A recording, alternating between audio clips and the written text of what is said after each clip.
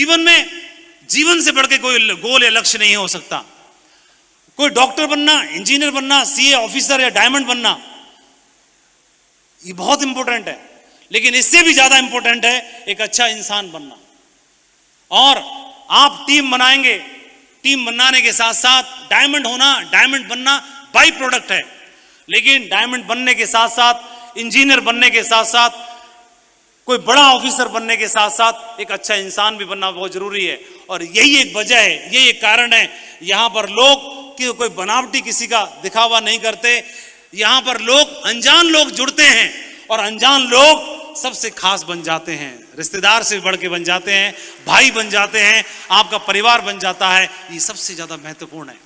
ये एजुकेशन, ये यूनिवर्सिटी हमको संस्कारों को सिखाती है। इस तरह के ऑर्गेनाइजेशन में काम करके जीवन को बदलने का हमारे पास मौका है।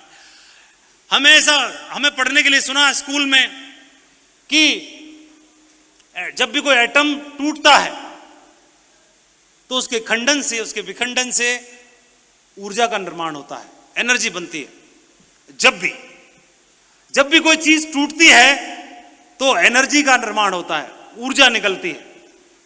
और तो जब भी कोई टूटता है तो टूटने पे ऊर्जा निकलती है। एटम टूटेगा, एनर्जी निकलेगी। और हमको भी तोड़ने के लिए कई बार लोग आएंगे, वो किसी भी रूप में हो सकता है। और ड्रीम, ख्वाब, दिल, ड्रीम या ख्वाब या दिल टूटे तो टूटने से भी ऊर्जा निकलती है।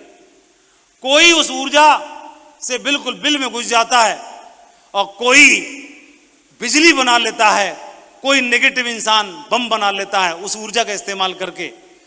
और कोई ऐसा होता है तोड़ने के लिए तो कोई आएगा, क्योंकि जब तक तोड़ेगा नहीं तब तक ऊर्जा का संचार नहीं होगा। इस दुनिया में इतिहास किसी को मोटिवेट करने से नहीं लिखे गए।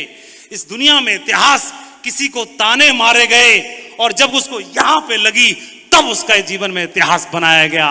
जब तक टूटेगा नहीं तब तक ऊर्जा आएगी कहां से?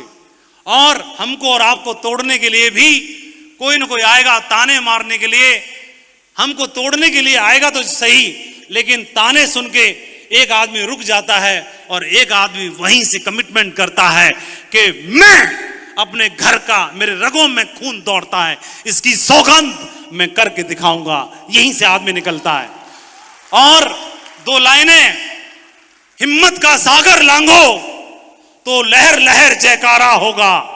दिल टूटे या एटम टूटे तब तब दुनिया में उजारा होगा।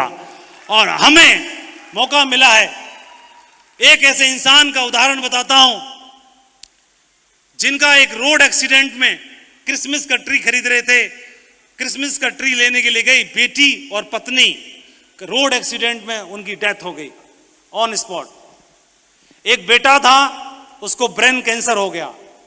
दूसरा बेटा था और वो ड्रग्स का एडिक्ट हो गया, ड्रग्स की लत पड़ गई और यूएस अमेरिकन नेवी से उसको बाहर कर दिया गया।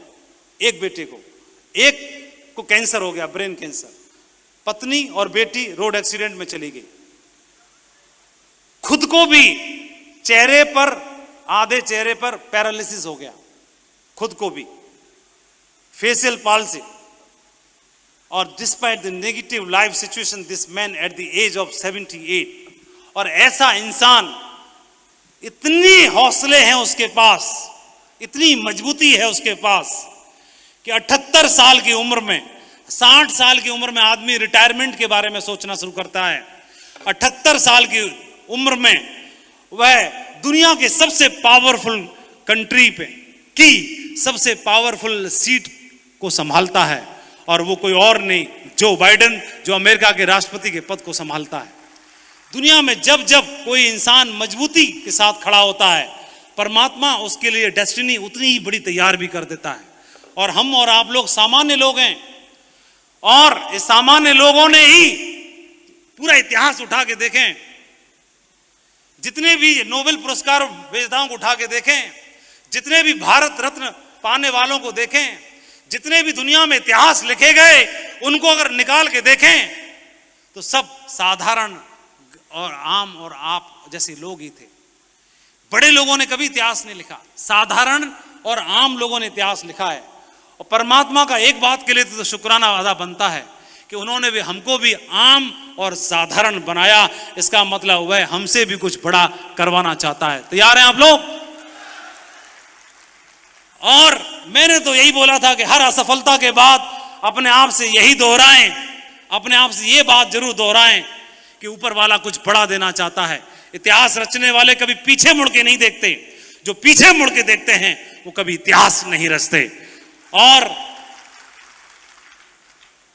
उस समय पर जैसे देवता थर्राते थे, महाज्ञानी था, महाताकतवर था, पूरे सोने की लंका में जिसका निवास था, जो देवता जिसे थर्राते थे, एक बार तो भगवान शिव को भी बोलने लगा कि एक काम करो, आप ये बैठे रहते हो पहाड़ पूड़ पे और टेंशन रहती होगी, चिंता की बात नहीं है, मेरे को कोई आपत्ति नहीं है, आप लंका शिफ्ट हो जाओ। वो स्वयं अपने आराध्य देव को भी बोला लंका शिफ्ट हो जाओ आप, और नहीं माने तो कैलाश को उठाने के लाने के मूड में था। इतना ताकतवर आदमी माता सीता का हरण कर लेता है, और हरण करने के बाद भगवान राम परेशान है उस जर्नी में, और जटायु देख लेता है। जटायु पिता के दोस्त, इनके लिए भी पिता समान हुए।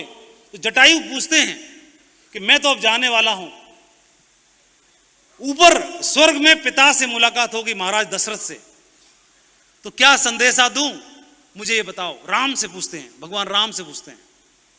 तो जब राम से जब जब सवाल पूछा जाएगा तो राम ही है जो उत्तर दे सकते हैं, और इसीलिए वो राम है।